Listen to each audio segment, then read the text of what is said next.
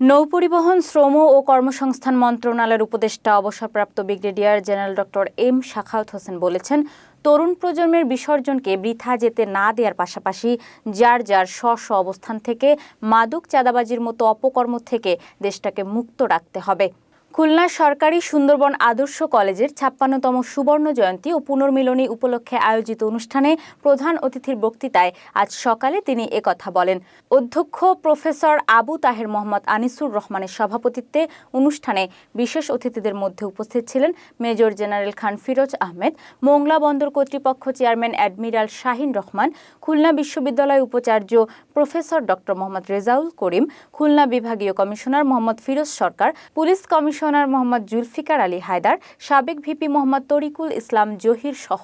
আরও অনেকে।